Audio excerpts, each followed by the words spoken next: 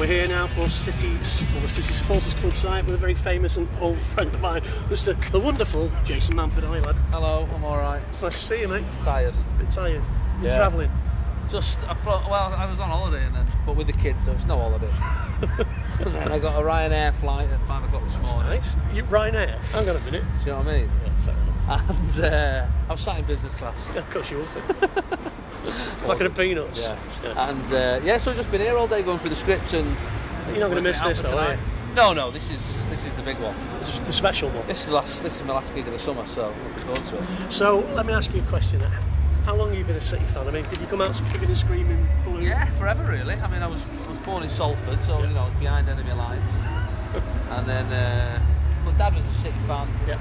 Mum and her brothers were City fans, so there was no question, or there was no choice. There's no surreptitious secret Reds in the family? Oh yeah, we've got one uncle. Have you? Yeah, one uncle. Do you invite him around at Christmas? No, he's not too bad actually. He's all right. But he gives it out on Facebook. You know what? So you only hear from him when they've won. So I've not heard from him for about 12 months now. If he dare take you out, if he takes you on Facebook, well, there is that. He's had it. I've seen what happens with that. People try that. So basically, mate, is this a bit of a dream come true being able to be? I mean, obviously, career's great, everything, but to be able to do this. It's nice to be involved with the club, yeah, and it's nice that they ring us and ask us to do things. Even though they get you here at 5 in the morning. Yeah, and also they're hilarious because they think like they go, well, what about, are you going to pay us? They're like, well, what about if we just give you some tickets and that? You're like, oh, I'll just ring the council tax seller, see if instead of paying me council tax, can I just give you some tickets for when I'm on at the arena? So, yeah, they're hilarious like that. But no, they look after us really well, and I get some, I flew out last year with the players to an away game in Europe, and so they find ways of getting me things that money can't buy. But which are the special things, man. Yeah, but it's not. Do you know what's nice? Actually, it's not necessarily for me, but like for my dad and who supported him, for nearly 60 years, and to be able to bring him along and like to see him like a little boy just stood next to like Vieira or something like that, or Aguero, like.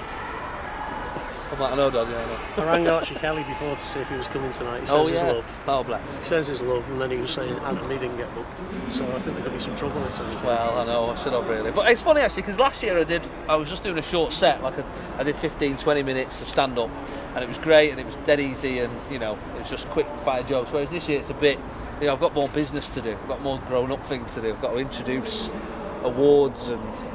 There's somewhat actual bits that I've got to do, so I'm sort of it's not necessarily, I'm not a stand-up really this year, just a presenter. So is this going to be harder than the speech at the wedding the other weekend? Jason was the best man at a wedding that we attended the other week. So he was a very good friend of ours, Steve Edge.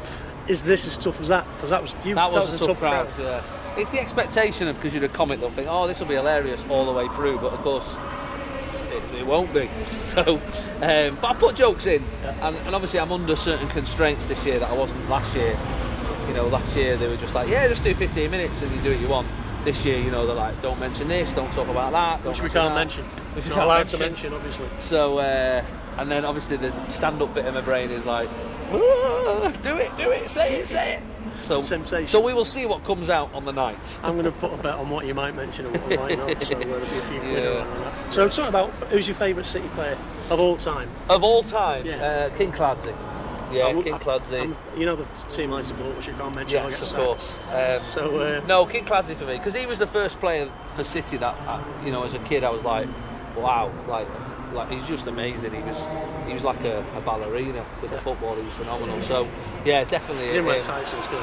No, he didn't go that far. At 2-2 in that, but he could have. And he'd have still got away with it. But yeah, him and I love so many players. Paul Lake, I loved it. But we better move in. The players are turning up. I'm a bit out of the way. Well, we're going to knock it on the head. Yeah, no worries. Well, good luck for the season, and good luck for tonight with us, mate. All right. Cheers.